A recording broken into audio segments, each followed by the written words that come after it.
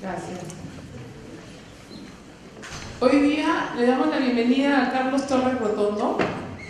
Él estudió literatura, se licenció en Ciencias de la Comunicación, tiene estudios doctorales en Humanidades y es un escritor y un investigador, y hoy día lo hemos invitado por su interés en las movidas musicales en el Perú, pero sobre todo por la idea de que se mueve en un territorio que a pocos les interesa, pero que a nosotras, la gente joven, nos interesa muchísimo, que es aquello que va en contra de la corriente, en todo sentido, en el uso de técnicas y metodologías, en los temas, en los asuntos que tienen que ver con la vida social. Ha hecho producción musical, ha hecho historia del rock, ha publicado una novela, Nuestros años salvajes, en el año 2001, es poeta, activista político. Hay muchos historiadores haciendo historia de la independencia, pero Torres Rotondo ha estudiado un esfuerzo, ha estudiado una bomba de independencia que es la música en el Perú y sobre todo el rock subterráneo. Su último libro es Se acabó el show, El estallido del rock subterráneo, de Editorial Mutante, en el año 2012, que es la historia de los grupos subte, leucemia, narcosis, escuela cerrada, guerrilla urbana. Luego hay un libro que a mí me gusta mucho, de Moler, un viaje personal por la primera escena del rock en el Perú, el lapso del 57 al 75, es el que estudia, lo publica en el año 2009, y el título hace alusión a una conocida canción de uno de los más importantes grupos peruanos de música. Vamos a escuchar ahora la historia. Los dejo entonces con Carlos, que gracias por venir acá, va a compartir con ustedes una hora. Hagan muchas preguntas, como siempre. Vamos a aprovechar lo más posible el tiempo. Tenemos hasta las 12 en punto. ¿Sí? Gracias por estar acá. Sí, bueno, gracias Carla. Solamente se te olvidó decir una cosa. Aunque bueno, usted lo iba a saber, ¿no? Y es que soy básicamente un autodidacta. Eso obviamente no sale en un currículum, pero es así. Y la mayoría de autodidactas tenemos una formación, si quieren, más dispersa, pero a la vez los autodidactas tenemos algo así como una especie de complejo de inferioridad con respecto a la academia, ¿sabes? O sea, yo no tengo nada contra, bueno, la academia, es más, soy profesor, ¿no? Pero también soy consciente de que gran parte de lo que hago responde básicamente a necesidades individuales. Vamos, a ustedes les puede parecer contraposero, pero la verdad es que el rock cambió mi vida. Y en todo caso me dio un norte. Y al igual que, bueno, que mi fanatismo por la literatura, por el cine, etcétera, etcétera, de lo que se trata es de devolver. Para mí la escritura es un acto de amor, digamos. Y el hecho de investigar no es solamente investigar el rock, es investigarme a mí mismo, vamos, como suele suceder con cualquier escritor, ¿no? A ver, antes de comenzar, les había preparado, bueno, mi intervención no va a ser tan larga como una hora, la verdad, pero les había preparado esto, que no es mío. El método ha de ser carne purísima y sin aderezo simbólico, visiones reales y visiones reales, como son vistas entonces y ahora. Prisiones y visiones presentadas con raras descripciones correspondientes exactamente con las de Alcatraz y Robos. Una comida para nosotros, una comida de desnudos es natural para nosotros, porque nosotros comemos sándwiches de realidad. Pero las alegorías no son más que lechuga. No ocultéis la locura. Este es un poema de Allen Ginsberg que se llama Sobre los trabajos de Burroughs. Les recomiendo que lean a ambos, ¿no? ¿Por qué? Bueno, ¿a qué venía más o menos esta población? ¿No? Venía a que el método, y mi método de investigación, básicamente es mi vida. Es decir, es algo que ejecuto permanentemente. No necesariamente para escribir libros, ¿no? sino en general para orientarme. Yo creo que gran parte de lo que se trata la investigación es comprenderte a ti mismo y comprender tu entorno, lo cual a veces es lo mismo, ¿no? Porque comprender el entorno es algo que te hace vivir con mayor claridad, ¿no? Con mayor lucidez. Y en todo caso, si he comenzado a hacer libros de investigación, ha sido básicamente por ello. Ahora bien, estas investigaciones, me gusta mucho el término investigación porque me recuerda a la novela policial, básicamente a la novela policial norteamericana, que es quizá uno de mis géneros preferidos, ¿no? Y es que, bueno, yo me he jugado la vida. Y digo, me he jugado la vida en el sentido prácticamente literal del término, ¿no? En el caso de mi segundo libro, de Moler, un viaje personal por la primera escena del rock en el Perú, este libro me tomó unos 7 años, más o menos. En el 2001, Alfaguara, no sé por qué, publicó esta primera novela mía, ¿no? Nuestros Sueños Salvajes. Me ha tomado unos 6 años. De ahí me fui a vivir a España. Y en España, digamos que me casé. Me casé con la noche. ¿Sabes? Y eso evidentemente me dio pues, muchísima experiencia de vida, todo lo que quieran y esto. Pero claro, hizo que eso me tomara 7 años. Y me tomó 7 años no solamente por mi matrimonio con la noche, sino porque estaba en compromiso. O sea, tanto así que imagínense, para hacer una entrevista a Saúl Cornejo, guitarrista de New York Sound, luego La Avenida, imagínense, o sea, encontré por la estación de Atocha una cabina telefónica donde había insertado una tarjeta que no se podía sacar y donde yo podía llamar a Lima sin pagar nada. Entonces comencé a hacer mis entrevistas desde esa cabina telefónica y de esa manera, digamos, me podía ahorrar para el cambio, ¿no? Pero en todo caso a lo que voy es que hice eso con todas las limitaciones que podían haber, ¿no? Evidentemente nadie había escrito sobre esta época. Yo antes de irme hice algunas incursiones a la Biblioteca Nacional. Periódicos no encontré nada. Y revistas lo único que encontré fue ECRA y Ritmolandia de los 60, que eran las revistas de Guido Monteverde, un disjockey, un periodista musical de esa época. Y pues esas revistas eran basura, pues, eran pura mentira. O sea, sí, que tal cantante está con tal chica bobo, y que no sé qué, y que el romance, y que no sé cuándo. Pucha, y a la hora de la hora le preguntaba a esta gente y me decían, no, todo eso es inventado.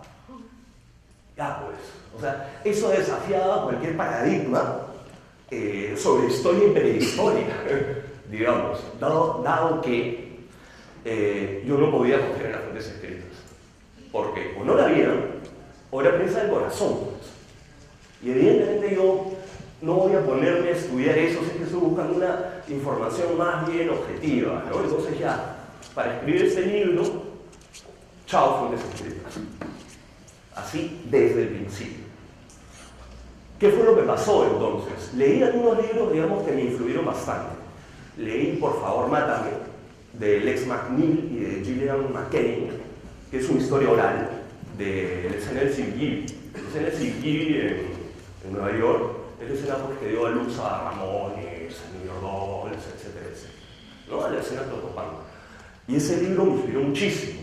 Otro libro que me inspiró bastante fue El corto verano de la anarquía, de Hans Magnus Enzensberger, ¿no? Que era también, ¿no? Una historia hecha en base a fragmentos contada por varios personajes, ¿no? Y que tenía un tono épico que realmente, miren, cuando acabé de leerla, me fui a correr. O sea, me transmitió una energía tan fuerte que dije, esto es. Lamentablemente, cuando comencé las entrevistas, me di cuenta que los músicos, los músicos puros, no tenían discurso y no sabían hablar. Dado lo cual, no podía, digamos, hacer una posta de narradores, ¿no? En donde ellos contaran con sus propias palabras. Era muy difícil hacer eso. O en todo caso me habría salido un libro medio tela, nada más, ¿no? Entonces, ¿qué fue lo que hice? Entrevisté y triangulé. Y decía, eso voy a utilizar un narrador omnisciente, voy a utilizar capítulos donde cada capítulo esté dedicado a un grupo, ¿no? No podía ser algo cronológico. Dicho sea de paso, todavía, aún ahora, no podría, porque es algo muy caótico. Y decidí estructurarla así, ¿no? Decidí estructurarla básicamente como una especie de una mezcla entre novela y cuento, ¿no? Con un narrador en tercera persona que básicamente relata la historia, ¿no? Yo soy más un narrador que un ensayista.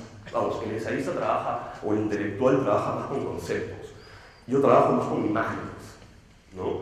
En ese sentido, yo creo, y es mi método, que la imaginación es una vía de conocimiento, ¿no? No me refiero a la imaginación en tanto inventar, me refiero a que uno ve imágenes y que esas imágenes, mediante, obviamente, mecanismos de artesanía, que son técnicas literarias, pues se plasman, ¿no? Básicamente mi idea fue esa, ¿no? Y poquito a poquito fui llenando pues este rompecabezas hasta armar esto. En un momento dado, cuando estaba a punto de terminar, digamos, este libro, me llamaron desde Lima y me dijeron, queremos editar tu libro, ¿vienes? Y yo al principio dije, no, que voy a venir, que no sé qué, que no sé cuándo. Pero cayó la crisis, pues, y tuve que venir obligatoriamente. si no, la historia habría sido un poco distinta, pues, la verdad, ¿no? Y básicamente eso, me tomó 7 años. No trabajé con un horario determinado, trabajé más bien indisciplinadamente, y eso paga factura. Paga factura porque un libro como este, trabajado disciplinadamente en Lima, me habría tomado fácil 2 años, una cosa así, y no prácticamente una década, ¿no? Tuvo ventajas, digamos, esto, ¿no? Digamos que mi alucinación de los años 60-70 duró muchos años, y eso me encanta, porque los 60-70 son mi época, digamos. No soy tan viejo, lo digo en un sentido mental, o sea, tampoco alucine, ¿no?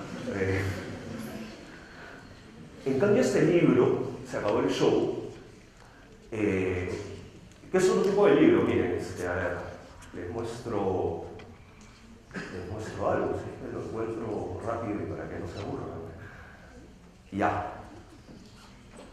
Por ejemplo, este libro sí es un libro cronológico, sí pude hacerlo cronológicamente porque sí había muchas fuentes escritas, pero lo que intenté aquí hacer fue una película. Por eso es que les digo que ese tema de la imagen para mí es súper importante. Entonces, por ejemplo, aquí hay se habla sobre un concierto, entrada del concierto, fotos del concierto, la contratapa del programa, se habla aquí también del concierto y hubo un famoso reportaje en la época, ¿no?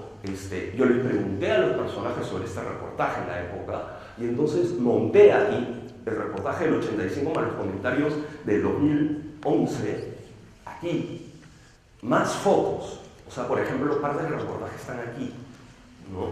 Entonces, digamos, más. Este es un demo, una maqueta que no salió y que en realidad se ha perdido, ¿no? Pero aunque sea tenía esto. Pero ya es pura calentura, ¿no?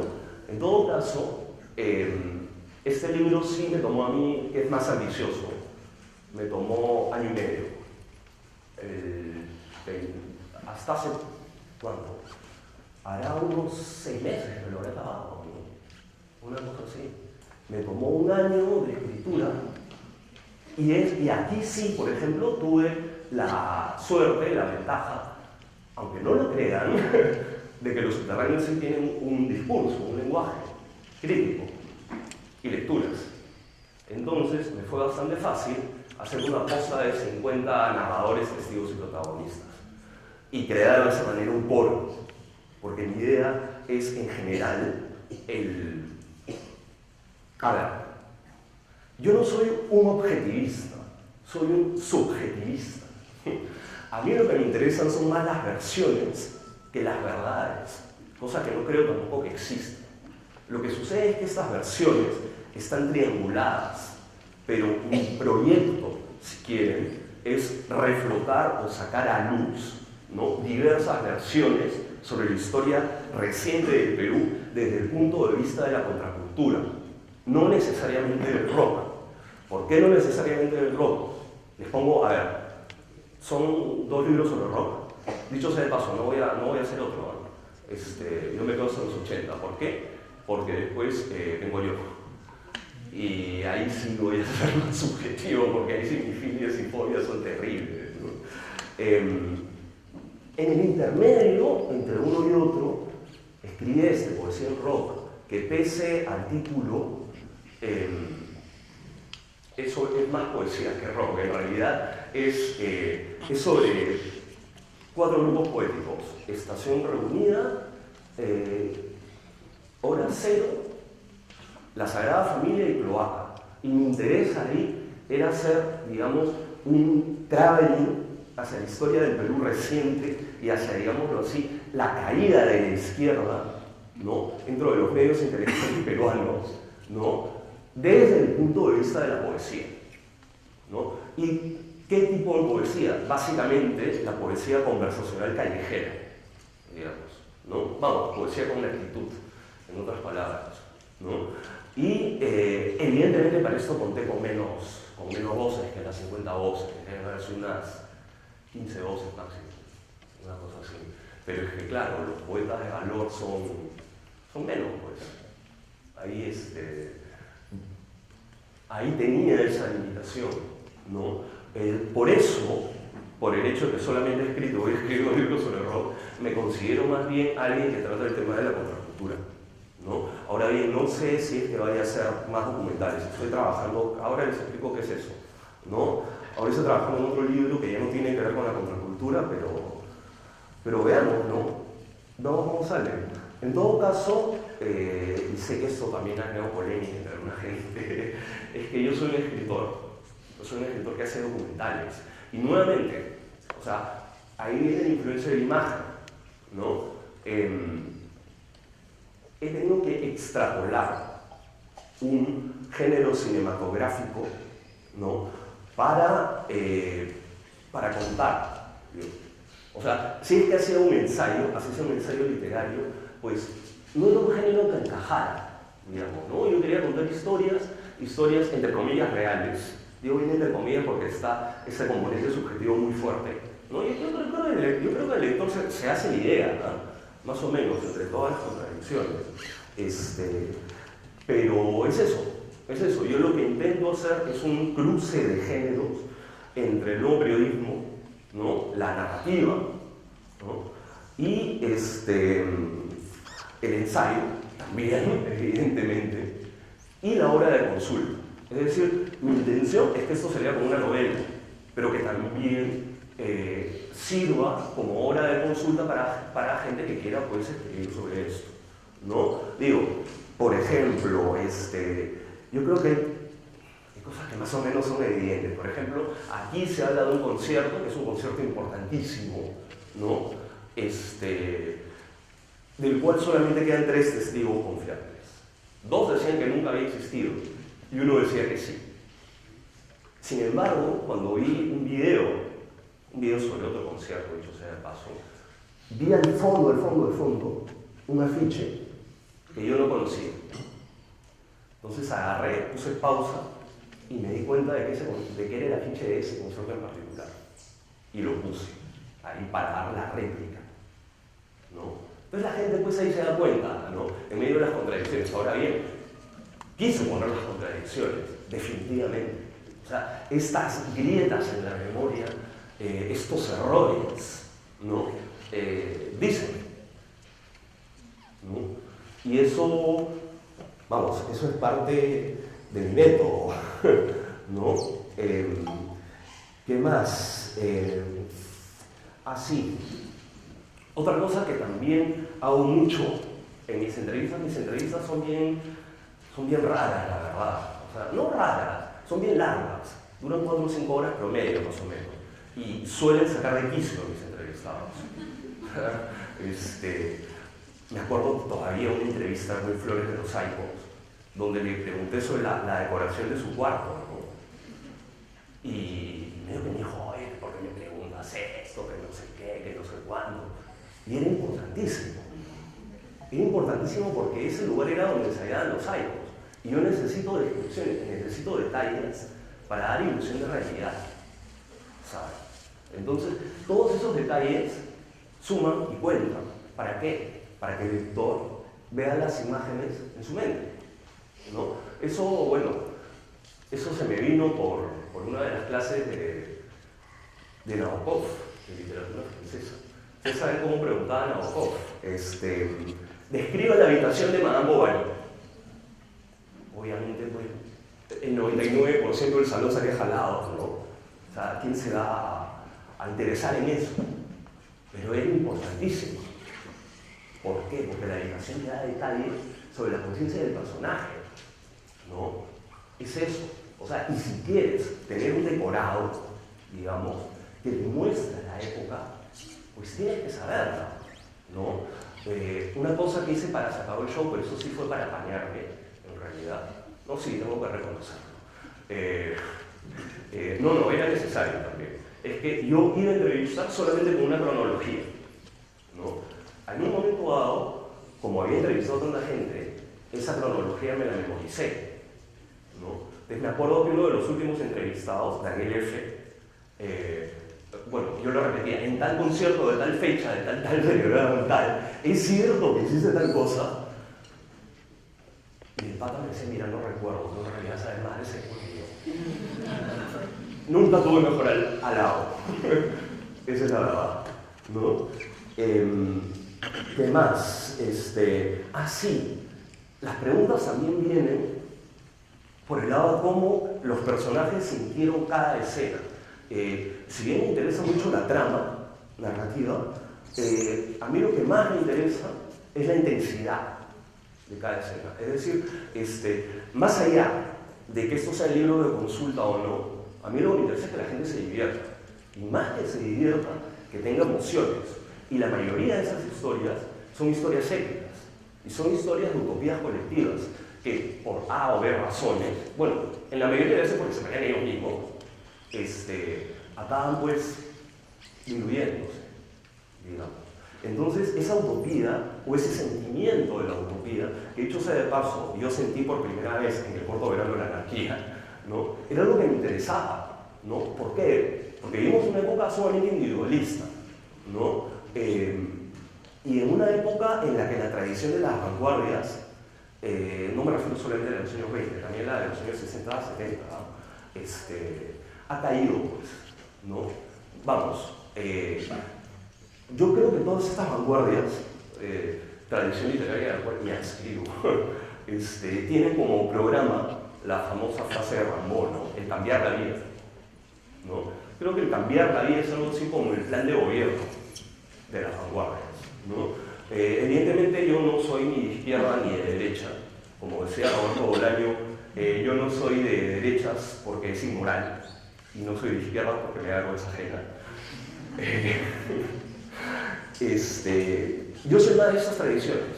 Yo soy una de esas tradiciones que son colectivistas e individualistas a la vez, ¿no? Y lo que me interesaba era lo que me interesa, en realidad, aunque digamos que acabamos el primer paso, es visibilizar esto, ¿no? Visibilizar esto porque la verdad que desde la gente de mi generación, yo soy 90s, para arriba, pues no siento esos ideales. Y en realidad estos ideales, lamentablemente yo los he sentido solamente cuando escribo. Y me empapo de esa subjetividad, porque hay otra cosa, ¿no? Que es que yo escribo desde dentro. O sea, por eso es que digo que me interesa la subjetividad. O sea, yo intento no que una persona externa venga y juzgue, ¿no? Sino que la experiencia, ojo, la experiencia sea relatada por los mismos protagonistas y testigos, ¿no? Yo creo que es ahí en donde realmente captas la sensibilidad, porque esa es otra de las cosas de mi proyecto. Básicamente quiero captar sensibilidades, digamos, ¿no? En fin, creo que se están dando cuenta un poco que mi proyecto es un poquito distinto de la tesis, pero bueno, es lo que hay. Es lo que hay, ¿no? ¿Qué más? Así. Gran parte de lo que hago tiene relación directa con lo que leo. Con lo que leo y con lo que veo. ¿No? Evidentemente el proyecto de hacer esto, por ejemplo, es la idea, ¿no? Era que la gente imaginara que está ahí, digamos, y que en realidad fuera poseído por esta sensibilidad. Así como yo me he visto poseído cuando escribo mis libros. Este libro, que tiene 300 páginas, lo escribí en un año absolutamente frenético, ¿no? Donde, dicho sea de paso, hice la investigación fotográfica paralelamente. Nos demoramos, la editorial y yo, medio año en armar visualmente el libro, ¿no? Pero la escritura me tomó un año. Y me tomó un año porque tenía pues unas sesiones de mínimo 8 horas y máximo 16. Y eso, bueno, eso lo hace una persona que está en trance, que es otro de mis métodos, ¿no? Yo creo que no solamente a nivel, vamos, de investigación, ¿no? Sino a un nivel artístico general, ¿no? Hay que entrar en trance para comunicar. Si no, estás utilizando únicamente un bisturí, ¿no? Digamos, y yo creo que lo bacán, ¿no? Lo que realmente mola de todo esto es que te diviertas y que entres, ¿no? En un espacio, ¿no? Donde te sientas cómodo. Es eso. O sea, bueno, Balzac, ¿no? Me parece que decía esto que está en el epígrafe de Conversación a la Catedral, ¿no? La única forma de soportar la existencia es sumergirse en la literatura como si fuera una orgía perpetua, ¿no? Y tiene que ver con eso. Es decir, por más de que estos libros sirvan como libro de consulta, tengan información triangulada, ¿no? Estén escritos con una metodología, digamos, que ha cambiado libro de libro para adecuarse al objeto de estudio, ¿no? Nada. Para mí ha sido básicamente casi como un pretexto para la posesión, ¿no? En fin, para divertirme en realidad, porque si uno no se divierte, te va a salir hasta las patas. Esa es la verdad. O sea, o vas a ser simplemente un mercenario. Y no se trata de ser un mercenario. O sea, vamos, si quieres ser un mercenario y ganar dinero, bien por ti, ¿no? Si quieres expresarte y realmente descubrir cosas dentro de ti, ¿no? Y dentro de las cosas que te interesan, pues exprésate. O sea, sin censuras. Vamos, yo creo que la idea del rock, una de las contribuciones del rock, que dicho sea de paso, la plagió de los negros, es eso, es la intensidad, es la expresión así ya desencadenada de las pasiones, ¿no? Para un escritor eso es un poco difícil, porque estás trabajando con uno de los códigos más complejos, que es el lenguaje, ¿no? Y porque también estás investigando y tienes que ser fiel a la fuente, ¿no? Pero, no sé, en todo caso a mí lo que más me gusta hacer, eso sí se los adelanto, a mí lo que más me gusta es el montaje. O sea, aquí por ejemplo, fíjense, imagínense 50 personajes, cada cual con 4 horas de grabación, ¿ya? Y tenerlo que transcribir solamente yo, ¿ya? Y dicho sea de paso, frente a mi casa pasa la línea 73, que ronca, pero así hasta decir basta. Entonces tenía que hacerlo de noche, ¿no? Ya, pues eso lo hace solamente si quieres, pues, digamos, ¿sabes? Y eso, no sé, lo hice por eso. Lo hice por eso, en realidad. Porque me da placer hacerlo. Nada más. Yo creo que esa es la razón más válida, porque te da la gana. Y el resto, pues que se friegue, ¿no? Pero es eso. Es eso. Otra cosa más que quería hacer disculpen el desorden, pero ustedes me ponen nervioso.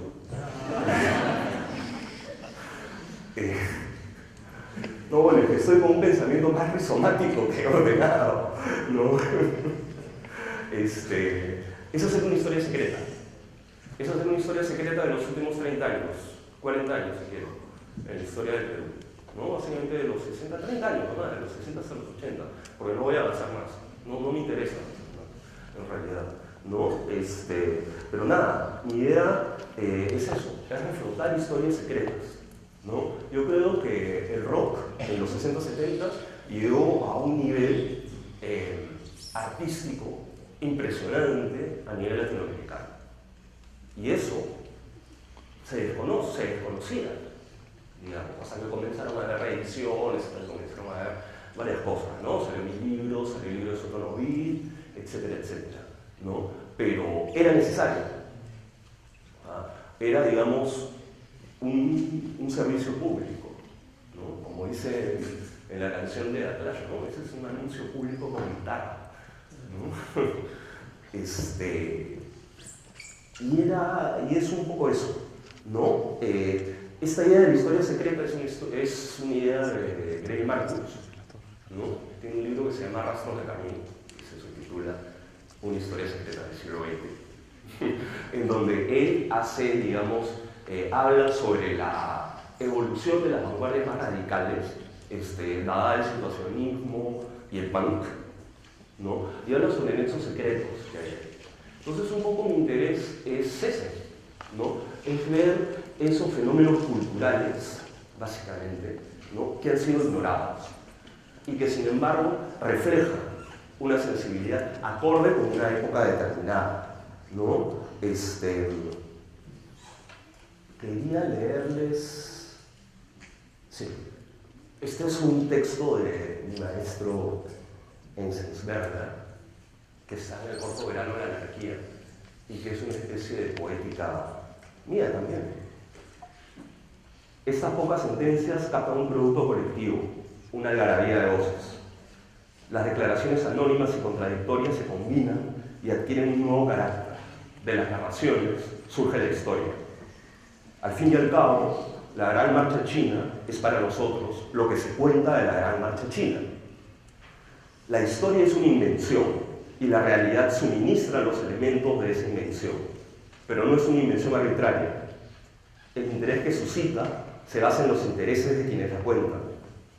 Mucho debemos a la investigación científica que se tiene por desinteresada. Sin embargo, esta sigue siendo para nosotros un producto artificial. Solo el verdadero ser de la historia proyecta una sombra, y la proyecta en forma de ficción colectiva. Es eso. Yo no escribo historia, escribo ficciones colectivas, ¿no?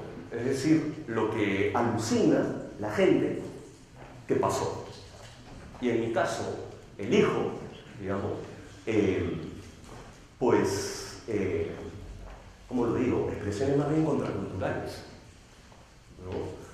Eso básicamente se debe pues, a opciones de vida, ¿no? En realidad, o sea, sí, básicamente opciones de vida, que en todo caso plasma. Es por eso, en realidad, por estos libros, que no he sentido la necesidad de escribir otra novela, ¿no? Porque mi interés, no sé, yo sé, a lo mejor ustedes me pueden considerar un ingenuo, o yo qué sé, ¿no? Pero yo lo que quisiera ser es fabricante de armas.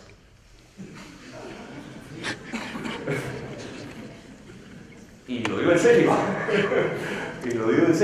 O sea, armas para que no se pierdan esas experiencias, ¿no? Para que no se pierdan, pues, en el individualismo, en la anomia, en el aquí no pasa nada, en el a mí qué, ¿no? En fin, en esas cosas, ¿no? Vamos, por más que yo haya vivido en una época en la que las utopías ya no existían, evidentemente me parece que el programa de Rambo, el cambiar la vida, es algo que aún no se ha realizado.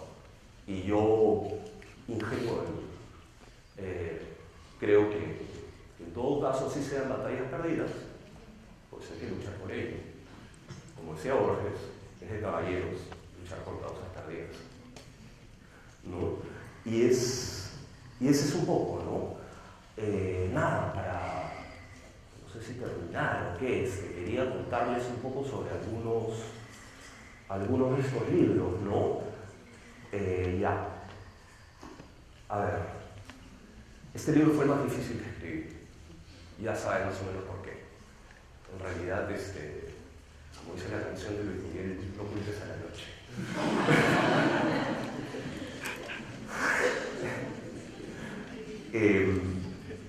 Sí, pero en realidad sí, pues hay que culparlo, vamos, ¿no? Pero en realidad no, o sea, sí, no hay que culpar a la noche, hay que culpar a los músicos.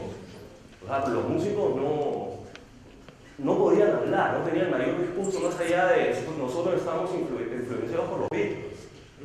O sea, no fieren, pues. O sea, elaboren un rollo, ¿no? Pero ni eso, ¿no? Entonces, para mí fue muy frustrante el ver que gente que hacía música tan bacán, prácticamente no me pudiera hablar, ¿no? Eso obligó a construir esa estrategia.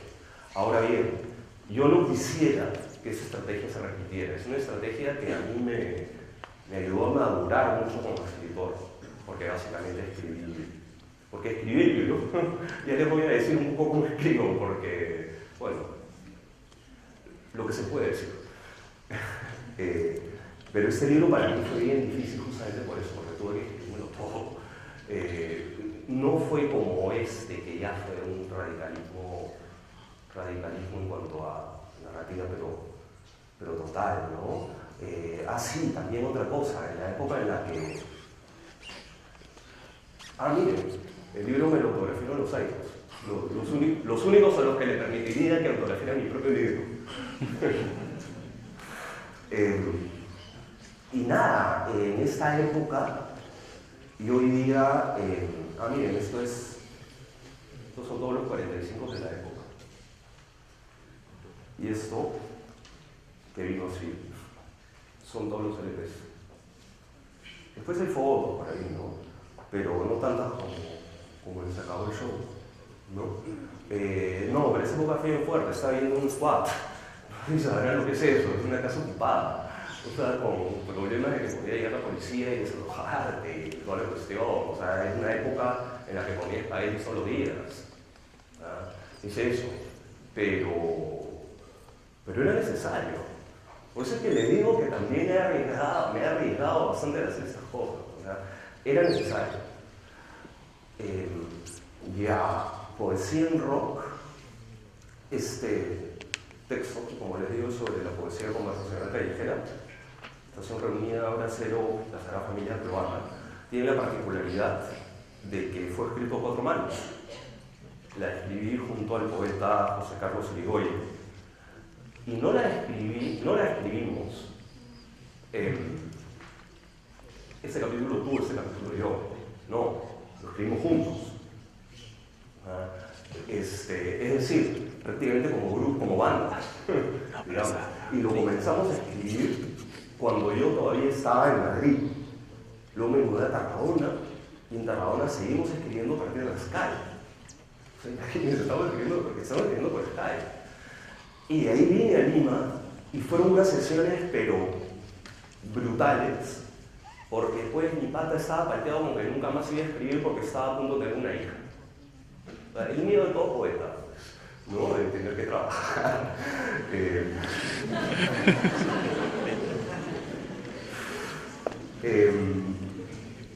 Y nada, cuando llegué aquí, acabamos las entrevistas y ahí sí fue Biblioteca Nacional y amigos comunes a full, porque la idea era tener o fotocopiar todos los poemarios posibles del 60 a fines de los 80, ¿no? Y medio que lo hicimos, ¿no? Digamos, medio que lo hicimos. Entonces, nada, un poco aquí tuvimos la suerte porque eran muy buenos narradores orales. Jorge Pimentel, por ejemplo, es un extraordinario narrador oral, ¿no? Y que te da obviamente es un mitómano, ¿no? Pero su voz te da una épica que pues literariamente conviene, ¿no? Va para la peña, ¿no? Inmediatamente, ¿no? Entonces hubo esta mezcla, ¿no? Narradores orales y textos. Ahora bien, ¿cómo pusimos los textos? Los pusimos como notas a pie de página. Y en un momento dado dejaron de ser reseñas y se convirtieron en una especie de cuentos. Por ejemplo, hay una nota a pie de página, creo que por aquí está. Sí. Comienza... Aquí está. Comienza aquí, sigue aquí, sigue aquí, sigue aquí, sigue aquí, aquí, y aquí acá. Con letra chiquitita. Esto es sobre un escritor caleta, ¿no? Que cuenta su experiencia. O sea, también lo que intentamos hacer fue insertar cuentos de no ficción, reseñas, fragmentos de poemas, etcétera, etcétera, ¿no? La idea era también hacer un contrapunto entre lo puramente textual y lo oral. Por el objeto de estudio podíamos hacer eso, ¿no? Entonces cambiamos de método, ¿no? Y eso, además, intentamos hacer como una especie de escritura simultánea en varios sentidos. Es decir, ambos aspectos, tanto las notas como la narración oral, pueden leerse separadamente, ¿no? Y además, bueno, lo escribimos entre los dos. Las notas a pie de página sí medio que nos las dividimos, ¿no? Pero digamos que la colección de poemarios ahí aún las tengo, ¿no? Muchas cosas buenas, ¿no? Pero la mayoría son basura. O sea, es eso, ¿no? Pero nada, o sea, lo bueno es que hicimos dos líneas simultáneas, ¿no? Que se estaban inventando mediante vasos comunicantes, ¿no? Digamos. Y esto pues también incluía recortes periodísticos, historias de ficción, recortes de libros, ¿no? Era también un intento de alcanzar una mayor coralidad. O sea, el tema del protagonismo colectivo, al menos en mí, hace algo presente. O sea, en esta novela también había la idea de no tener un protagonista, sino tener un protagonista colectivo. ¿Para qué? Para ser una especie de fresco de una época. No sé, a un escritor los temas no eligen los temas, normalmente se le presentan, normalmente se ve obligado a ello. O sea, en mi caso, y ya quiero acabar, la verdad, con este tipo de temas, se me da pues por las cuestiones colectivas. Es la verdad, ¿no? Entonces, de esta manera intentamos alcanzar mayor coralidad pese a la escasa cantidad de poetas, ¿no? De esta manera, ¿no? ¿Qué más? Bueno, luego viene mi gran sueño. Yo solamente me arrepiento de algo con respecto a este libro, y es que me demoró, lo escribí muy rápido. Y no es porque tenga defectos, yo creo que por el contrario, es uno de los libros que más triangulación tiene, ¿no? Sino porque me divertí tanto haciéndolo, que la verdad que ahora lo extraño, pues. Lo extraño porque he regresado a la vida, ¿no? Y la vida nunca es, al menos para mí, ¿no? Vamos, uno no tiene la lucidez en la vida cuando la tiene, que tiene la obra. A eso me refiero, ¿no? Es un poco eso, ¿no? Bien, ya he hecho una historia coral. Mi idea era entrevistar a la gente de los 5 primeros grupos del subterráneo. Lo hice con todos los vivos, que había algunos que ya no están con nosotros, ¿no? Tenía documentación textual, tenía además muchísimo material gráfico. Vamos, podía hacer lo que me daba la gana, ¿no? Lo que sucede es que uno nunca hace lo que le da la gana. Uno hace lo que la historia te pide, ¿sabes? Entonces, nada, para mí fue muy divertido. Además, hay otra cosa que me gustó de este libro, y es que yo no escribí absolutamente nada. Pero absolutamente nada. Bueno, sí, hice el prólogo y el epílogo, y transcribí. Pero básicamente fue una especie de autor invisible, porque lo que hice fue desgrabé, comencé a montar, ¿no? Limpié varias cosas de los fragmentos, básicamente continuidad, engarce entre un diálogo y otro, detalles. Y luego se lo devolví a los narradores, solamente su parte, nada más, porque el derecho a réplica ahí está prohibido. O sea, a mí lo que me interesaba era que ellos fueran coherentes en su versión, no que se pusieran en fin, a polemizar con otro. Me parecería además injusto, ¿no? Darle el libro pues a los 50. O sea, y además me iba a causar una champaza, ¿no? Pero no fue por eso, fue básicamente porque quería que las versiones fueran más coherentes, ¿no?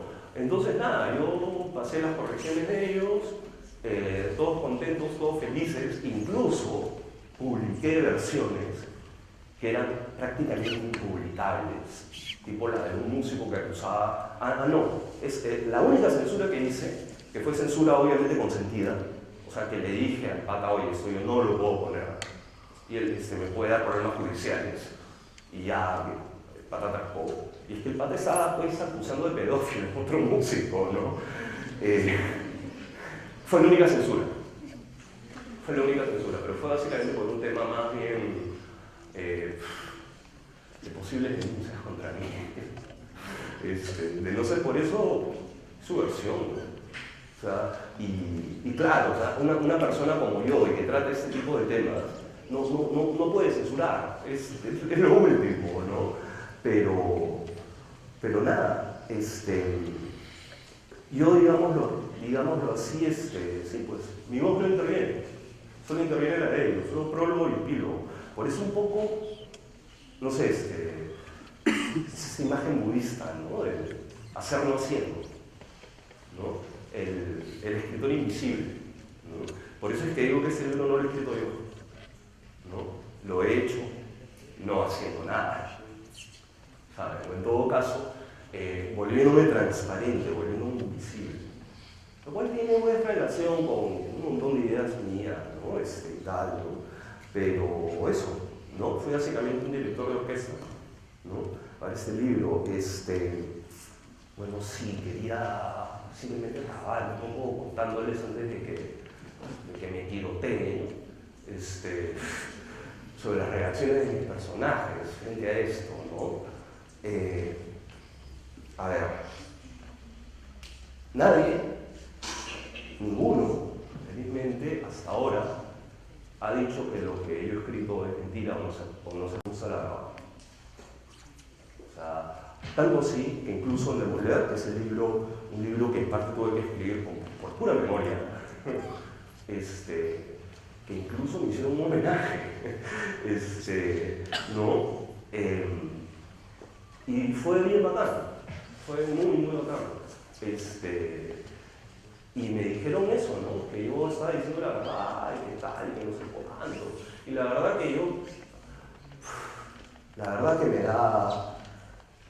da un poco igual. O sea, yo les dije, mira, lo que digan a mí me da igual, porque yo los he inventado a ustedes. Es así, por más paradójico que suene, sí, he construido personajes. O sea, sí, hasta cierto punto sí. Obviamente se lo dije para partirlo, pues, ¿no? Pero creo que hasta cierto punto es verdad, ¿no? En el caso de Poesía en Rock sí se creó polémica. Pero básicamente, bueno, no es por rajar, ¿ya? Pero ustedes váyanse a Quilta y van a comprobar pues, ahí que los poetas son todos unos ególatras de quimera. ¿Ya? O sea, que yo dije tal, que yo no dije tal, muchos se picaron por las reseñas porque eran demoledoras algunas, lo cual, vamos, nadie nos impide dar nuestra opinión y todavía no es verdad, ¿no? Al final de este libro hay una antología, ¿no? A mí me dijeron, ¿por qué yo no estoy en la antología y él sí? ¿No? En fin, pues cosas de niños, pues, ¿no? Niñerías. Y bueno, se acabó el show, la presentación de Se acabó el show fue uno de los mejores momentos de mi vida. Esa es la verdad. en el Centro Cultural de España fueron más de 400 personas. Hubo un concierto con los músicos de la época, con prácticamente todos, el 90%, músicos de la época tocando los temas de la época, ¿no? Obviamente yo estaba en primera fila y en ese momento sentí algo que supongo que habrá sentido gente, pues no sé, como Gerard de Nerval, gente a quien el sueño se le filtró, o sea, era como si el sueño se hubiera filtrado en la realidad. ¿Saben? Yo había estado alucinando todo esto durante 1 año y medio, ¿no?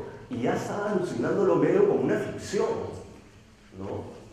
Y de pronto el verlo delante de mí fue como decir, diablos, esto es cierto, esto pasó, ¿no? Seguimos aquí. O sea, yo, no sé, para mí fue una reafirmación, digamos, de que estaba haciendo bien mi labor, digamos, ¿no? Que de verdad, ¿saben qué me confirmó esto? Ya más o menos con esto acabo, porque ya me cansé. No, hagan preguntas. Ya, esto me confirmó lo que dije al principio, ¿no? Que la imaginación, y no me refiero a inventar, me refiero a imágenes, que la imaginación es una vía de conocimiento, ¿no?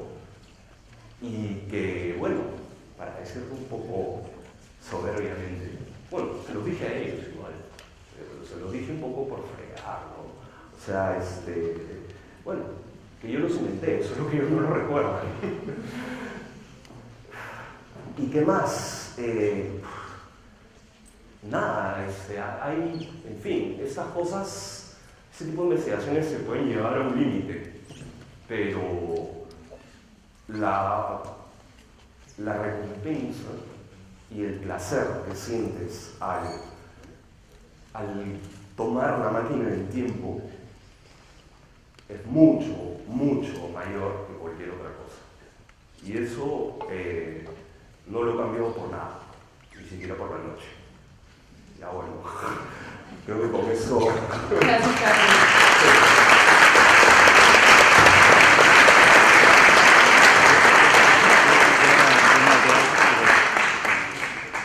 Bueno, un método encarnado en una persona encarnada en el método. Preguntas.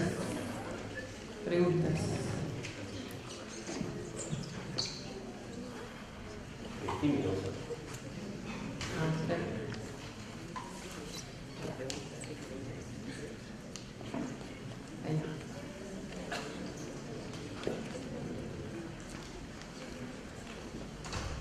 En realidad yo no tengo una pregunta sino un comentario, porque en algún momento tú decías de que esto iba a ser bien distinto al método científico, como es una tesis, y yo realmente sentí que era tal cual una tesis. Yo ya he hecho una tesis hace un montón de tiempo y siento que es exactamente el mismo proceso, ¿no?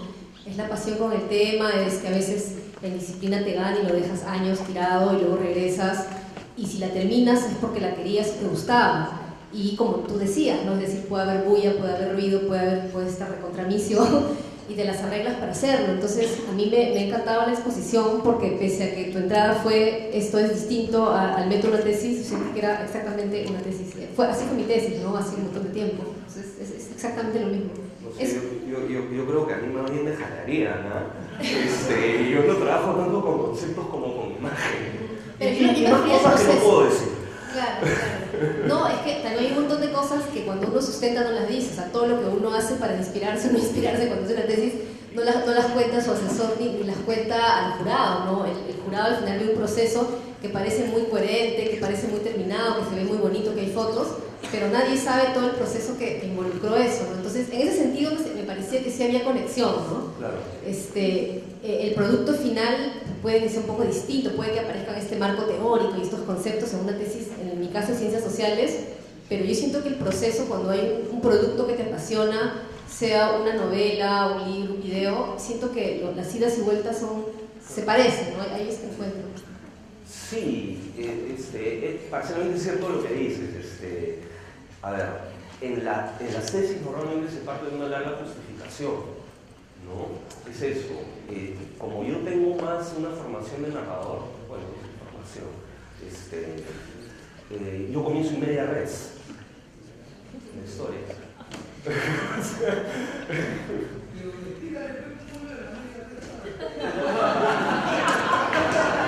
La mitad del asunto, ya, es como una historia no comienza por el principio, sino comienza, bueno, de la mitad más o menos hasta el final, alguna cosa así.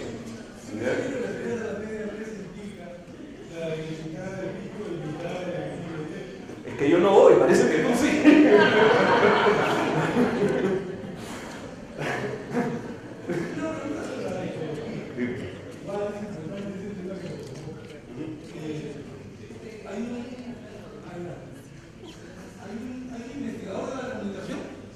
Jorge González, que está en México. Y él decía una cosa bien interesante. Cuando se aparece un tema que convoca tu atención, no daba nada que ver con la epistemología, pero lo decía muy bien. Para el sapo, la pedrada. Si el sapo es grande, piedra grande. Si el sapo es chico, piedra chica.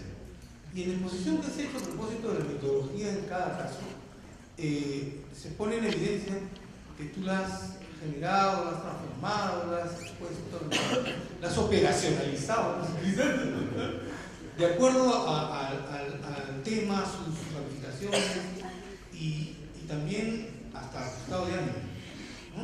Yo te quería que vuelvas un ratito solamente a esa parte que tiene que ver con qué tan consciente fue para ti la implementación de una metodología para hacer esta investigación. Absolutamente. O sea, yo lo estaba pensando como estrategias narrativas.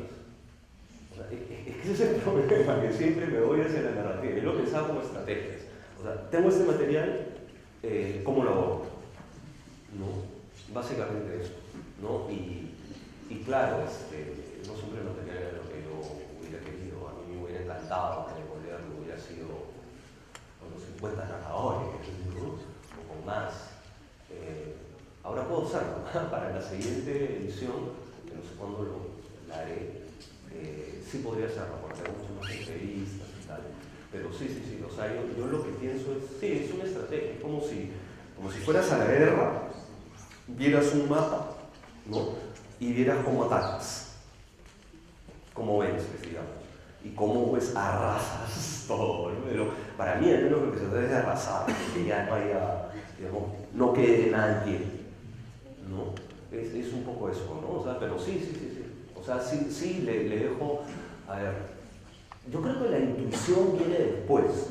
O sea, cuando estás viendo detalles narrativos en particular que tienes que solucionar, digamos, ¿no?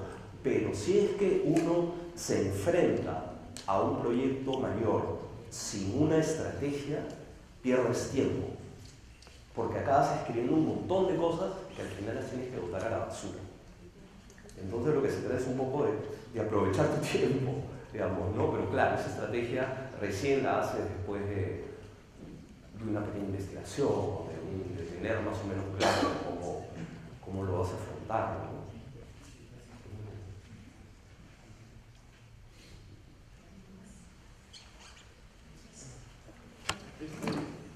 ¿Cuál es tu metodología al hacer las entrevistas a los músicos? O sea, ¿tienes algún puntos específicos que quieres abordar, que quieres que ellos digan, o simplemente es más como una conversación? O sea, ¿cuál es la metodología que haces? Depende. O sea, desde que acabó el show, tuve la suerte de tener fechas de conciertos de fanzines. Entonces lo que hice fue armarme una cronología súper detallada donde los estaba siguiendo prácticamente día por día, ¿no? Y además, como tenía las crónicas de esos conciertos, sabía anécdotas, ¿no? Entonces, claro, iba y les decía la fecha de memoria, porque además lo que se trataba también era de sorprender, ¿no? Y fue más o menos así, y a partir de ahí ir a detalles, ¿no? En el caso de Moller es un poco más general, o sea, intento contar la historia siempre cronológicamente. O sea, una cosa que para mí es básico, o sea, para evitar desórdenes y tal, es seguir un orden cronológico. En ese esqueleto cronológico digamos, pero es que pueden entrar las digresiones, que no las, digamos, no las corto, pero siempre regreso, ¿no? Es más o menos así. Y claro, tienen que estar súper preparadas, porque de lo que se trata es de dar ilusión de realidad, y ilusión de realidad, como ya dije, se logra solo con detalles, pues, ¿no? ¿Qué más? Y no, por ejemplo, en el caso de los poetas, normalmente es por obras también. O sea, sí, ¿no? Normalmente hay una investigación bien fuerte antes de la entrevista. O sea, eso es normal. En el caso de los poetas, por ejemplo, leía todos los libros o todos los poemas de antologías antes de entrevistar, ¿no? Entonces es más o menos así, ¿no? Y nada, que se sientan cómodos, ¿no? O sea, es eso. Y lo más importante, pero así importantísimo, nunca hay que dejar de mirar a los ojos. O sea, jamás. O sea, eso para mí es básico. O sea, ahí ya un poco como que vas desnudando el personaje. Es más difícil que mienta, ¿no?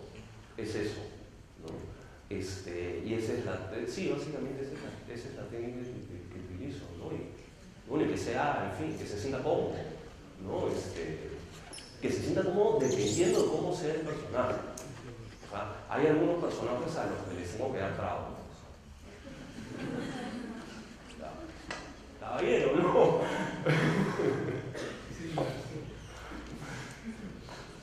Es eso. Yo no tomo por si acaso, no sé.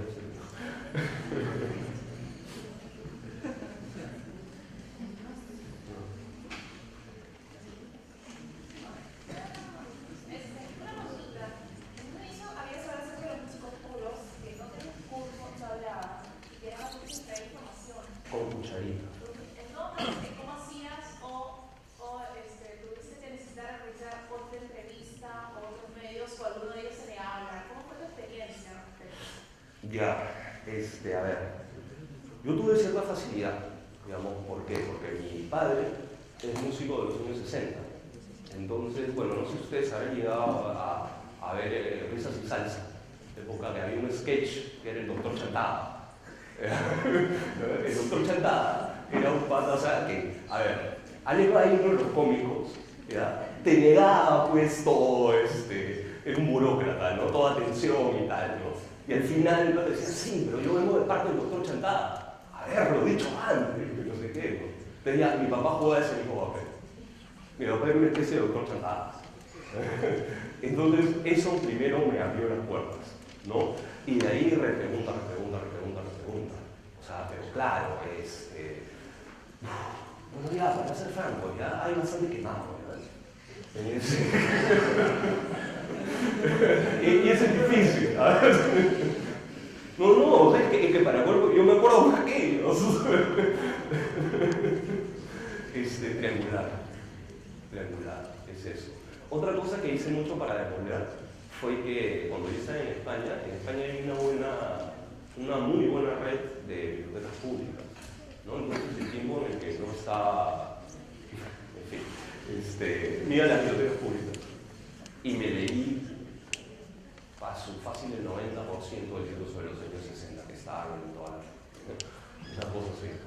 O sea, y ahí, digamos, que me metí imaginariamente mucho más a la época. Entonces, entre fotos, entre las declaraciones y entre la atmósfera que ya tenía, más todo lo que había estado leyendo sobre historia del Perú reciente, ya eso me llevó a crear una atmósfera, ¿no? Digamos. Y además, eso hizo que entendiera mejor esas declaraciones, cosa que era lo que yo necesitaba, porque, bueno, me interesa mucho la trama, pero más me interesa la intensidad de cada escena, ¿sabes? Entonces, fue mucho más complejo, digamos, pero fue más o menos ese. Y durante esos 7 años, solamente escuché música de los 60-70, nada más. Eso fue, tuve que tomar la máquina del tiempo. Eso fue. Y además hubo preguntas, consultaba con mi viejo, varias cosas, ¿no? Así fue, pero sí, es lo más difícil que puede haber. O sea, nunca sean mudos, ¿no? es que en general en cuanto a elaboración discursiva es menor. En el caso del subterráneo no, porque, a ver, ellos no son músicos, pues, son gente que grita por una por una situación determinada. Y el hecho de que hagas eso significa que ya tienes un discurso en contra, un discurso feminista, todo lo que quieras, pero ya es un discurso. No es eso.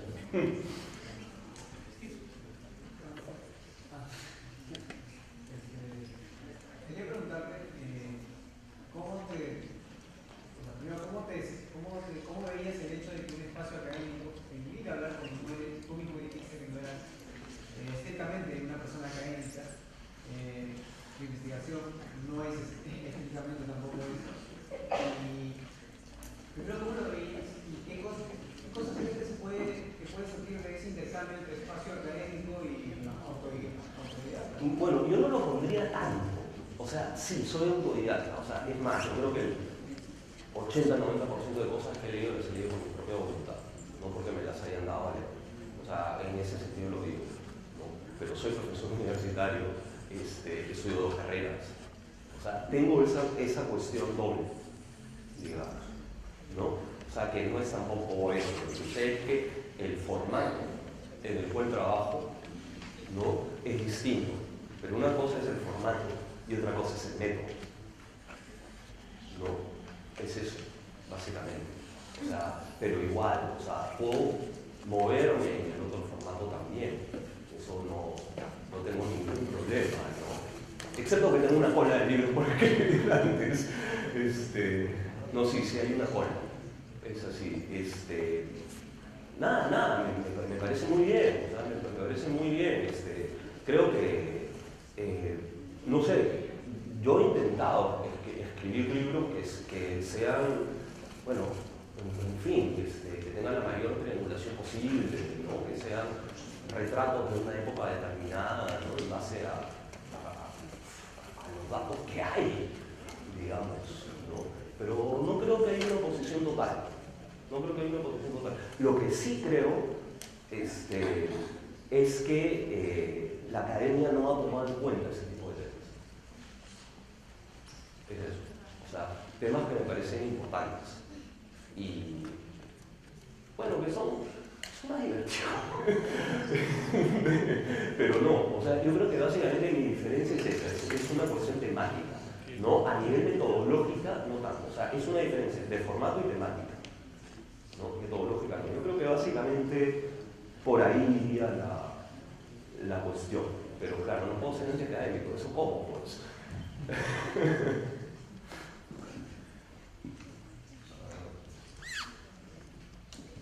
Una pregunta, ¿a qué te refieres con método triangular? Me refiero a que no solamente le creo a uno, le creo a más de uno, le creo a varias fuentes, es eso. Y si solamente hay una fuente, digo según esta fuente. ¿Por qué? Porque mucha gente ha muerto, mucha gente no se acuerda. Ya te imaginarás por qué no se acuerda. Pero sí, intento tener todas las versiones posibles. Es eso.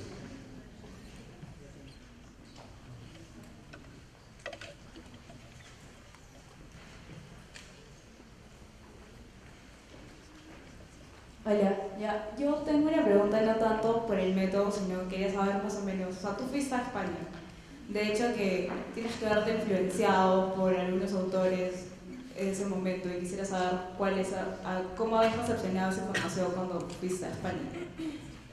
¿Qué autores relacionados con los años 60 o autores españoles? Autores españoles, bueno, ¿tú fuiste cuándo a España? Yo fui en 2001 y me regresé en 2008. 2009 es moderno. Mira, autores españoles, no sé, ninguno en particular, es la verdad. O sea, he leído bastantes libros de rock españoles y están precisamente prescritos. Es la verdad. O sea, los autores que me interesan y que creo que sí me han influido son más o menos los que he mencionado. Bueno, Gay Talese, Gay Talese es otro que también creo que me influyó mucho, ¿no? O sea, en cuanto al lenguaje, si quieres, Raymond Chandler, ¿no? Pero españoles, ¿no? Cervantes.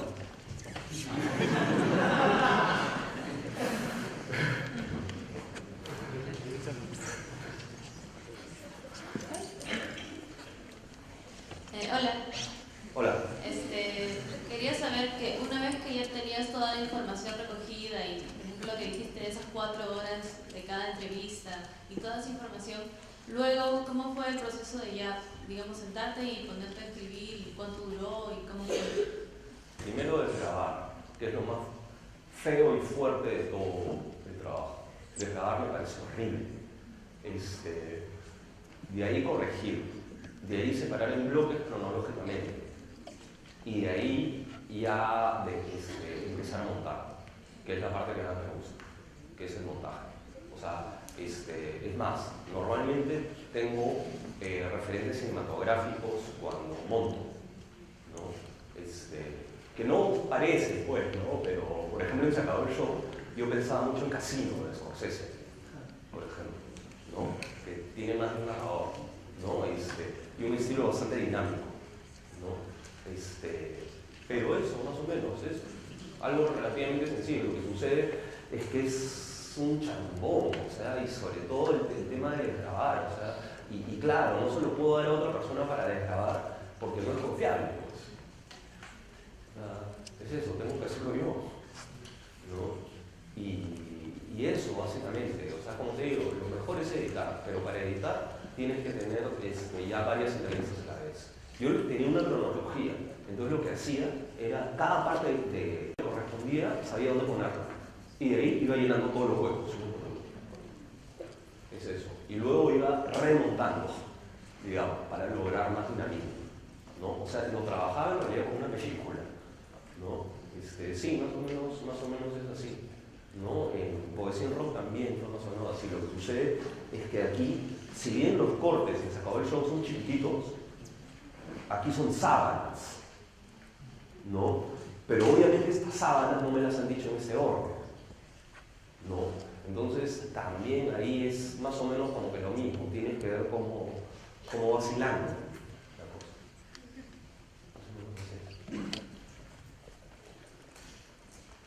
Quería preguntarles si el hecho de que escribían los libros así en el tiempo tan prolongado no provocaba que regresara una y otra vez en sus pasos, y si regresaba, entonces ¿cómo combatía eso, el desorden? Ya, bueno, siempre comienza con un caos. Siempre comienza con un caos que tienes que ordenar y que tienes que dar reforma. Es más, el magma es como si aquí hubiera una inmensa piedra que tuvieras que ir tallando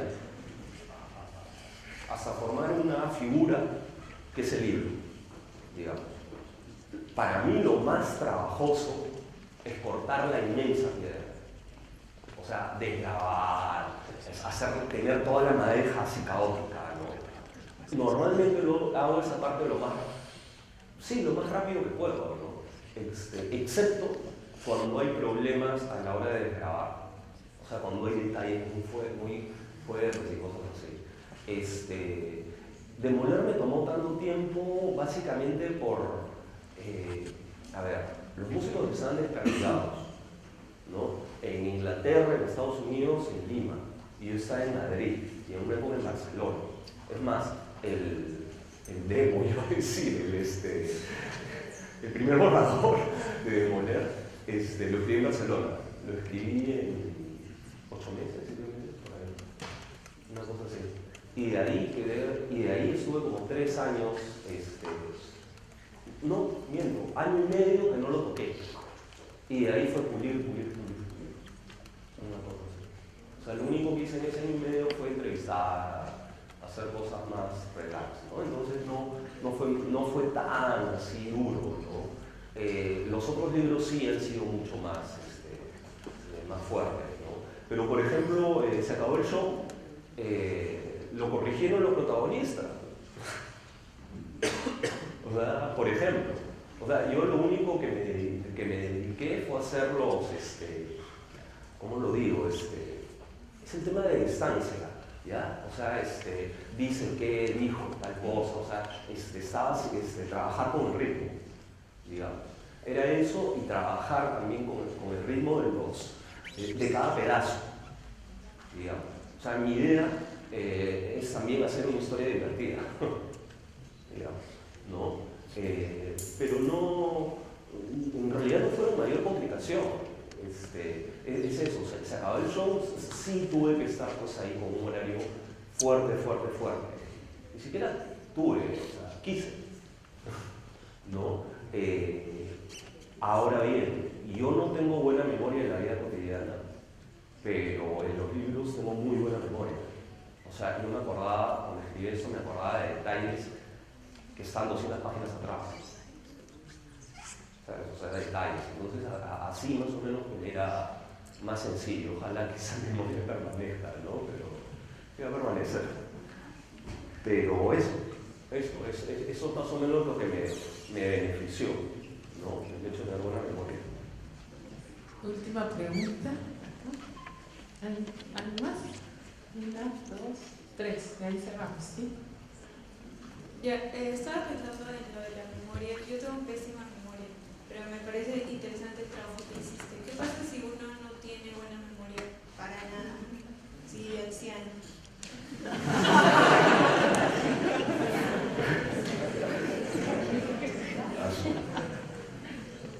Está fregada para las novelas.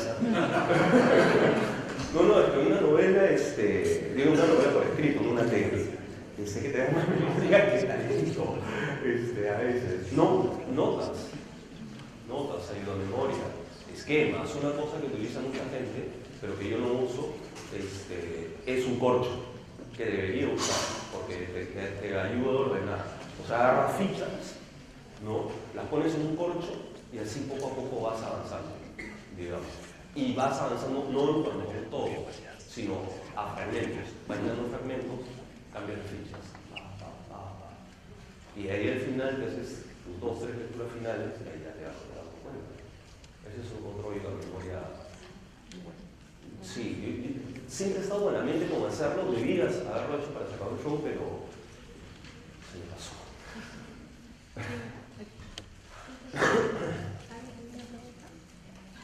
Ya, solo nos queda para una. ¿Aquí? ¿Quién es el más convencido aquí?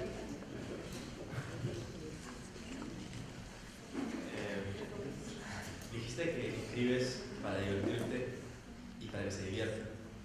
¿Qué tanto priorizas tú que la gente se divierta, que tu espectador, que tu lector se divierta, a la complejidad de tus ideas? O sea, si tu idea es muy compleja y sabes que de repente no va a entretener, igual la pones o priorizas que divierta. Mira, yo escribo para comunicar, ¿sabes? Y escribo siempre pensando en un lector, ¿no? Ahora bien, ¿hasta qué punto mis ideas son complejas o no lo son? No lo sé, porque el primer lector y el único en realidad en el que pienso en un momento soy yo. Luego, mi método es darle a leer mis textos a varias gente. Entonces ahí poco a poco voy puliendo, ¿no? Pero mi estilo mismo no es un estilo ni barroco, ni realizado, ni nada. O sea, no intento, o sea, siempre me ha salido un estilo más de un clásico.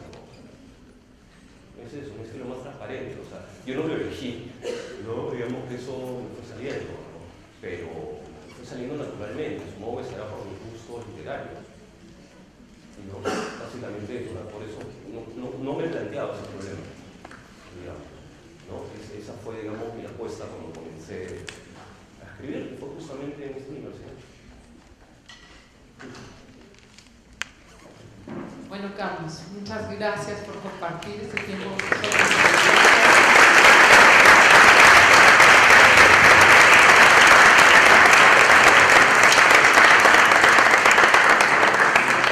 Como siempre, esperamos que lo que haya